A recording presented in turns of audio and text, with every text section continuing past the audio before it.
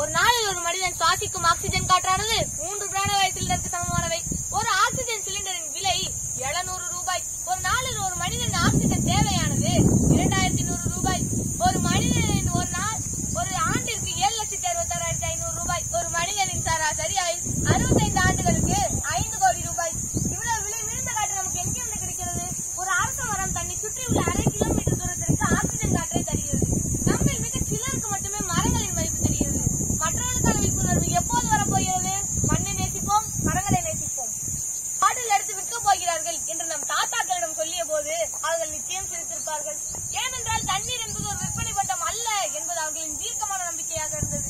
ஆனால் இன்று பாட்டிலில் பல வடிவங்களில் விலையொட்டி விற்கப்படுகிறது.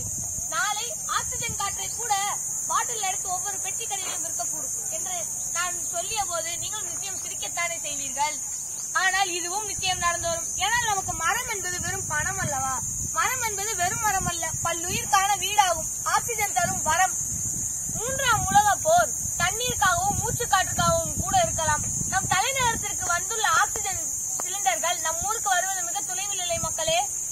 தொழிற்சாலை உற்பத்தியில் கவனம் செலுத்தும் நாம் குறைந்தபட்சம் 33% காடுகள் உருவாக்குவதில் கவனம் செலுத்தியிருக்க வேண்டாமா?